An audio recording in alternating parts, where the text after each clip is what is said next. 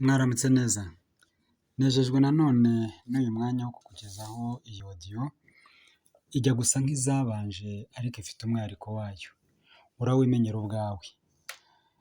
Icyo ngusabye ni uko uzirikana amagambo yavuzwe n'Umwami wacu Yesu Kristo ibihe bitari bito bitari bike, abwira ababonye ukuboko kw'Imana ngo bibabere uko bizeye. Reka mbanze nkubwire ngo nawe bikubere uko wizeye. Ijambo mfatiraho riri mu gitabo cy'umuhanuzi Yeremiya, igice cya 29 n'umurongo wa 11. Muri Bibiliya yera haravuga ngo, erega nzi ibyo nibwira nzabagirira, ni amahoro si ibibi, kugira ngo mbarememo umutima w'ibyo muzabona hanyuma, niko Uwiteka avuga. Niko Uwiteka avuga.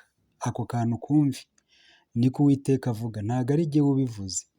Ijambo muri Bibiliya, ijambo ry'Imana ho haravuga ngo, nzi imigambi mbafitiye, ni imigambi ibazanira amahoro, si ibakururira ibyago, ahubwo ni imigambi ibaha amizero y'igihe kizaza.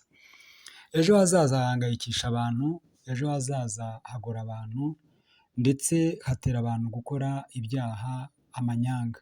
Ntibikubeho gutyo, ihanganire mu gihe urimo, wizere iri jambo rivuze ngo Imana igufitiye umugambi wo kukugirira neza. Banza wumve kano gace k'indirimbo dukomeze nyuma.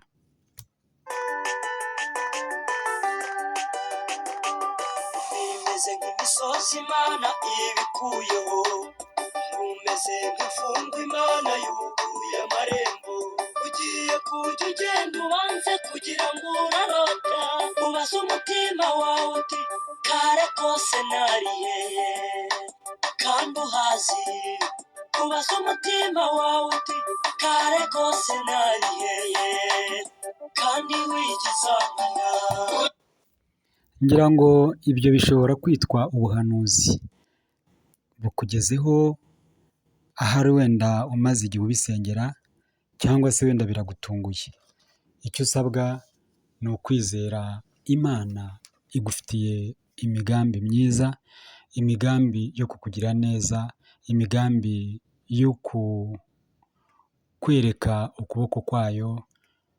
Ibyo ubyizere utyo kandi ubyishimire, ubitegereze. Nagira ngo rero soze nkwifuriza umunsi mwiza, ugubwe neza ubwawe, ibyawe n'abawe bose mu izina rya Yesu, amen.